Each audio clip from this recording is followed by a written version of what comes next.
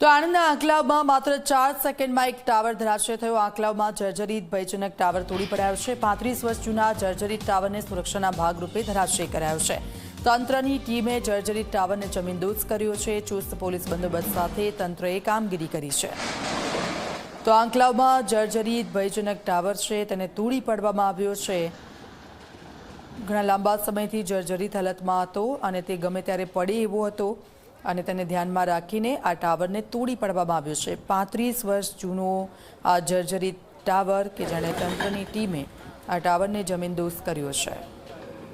બુરહાન પઠાણ અમારી સાથે ફોનલાઈન પર જોડાઈ ગયા છે। બુરહાન, કેટલા વર્ષ જૂનો હતો, કેટલા ઘણા સમયથી જર્જરિત હતો અને કોઈ અનિચ્છનીય ઘટના ન બને અને સાવચેતીના ભાગરૂપે આ ટાવરને ધરાશય કરવામાં આવ્યો છે? જી ચોક્કસ, જો વાત કરવામાં આવે તો આંકલાવના બસ સ્ટેન્ડ પાસે 35 વર્ષ જૂનો ટાવર આવેલો હતો અને છેલ્લા કેટલાક વર્ષોથી આ ટાવર જર્જરિત બની ગયો હતો અને ભયજનક હતો। 50 ફૂટ ઊંચો આ ટાવર જો જમીનદોસ્ત થાય, પડી જાય તો જાનહાનિ સર્જાય તેવી ભીતિ હતી, જેને લઈને આંકલાવ નગરપાલિકા દ્વારા આ ટાવર ઉતારવાનો કોન્ટ્રાક્ટ આપવામાં આવ્યો હતો અને નગરપાલિકાના કોન્ટ્રાક્ટરની ટીમ દ્વારા આ ટાવરને જમીનદોસ્ત કરવામાં આવ્યો હતો અને ફક્ત 5 સેકન્ડની અંદર 50 ફૂટ ઊંચો ટાવર જમીનદોસ્ત થયો હતો।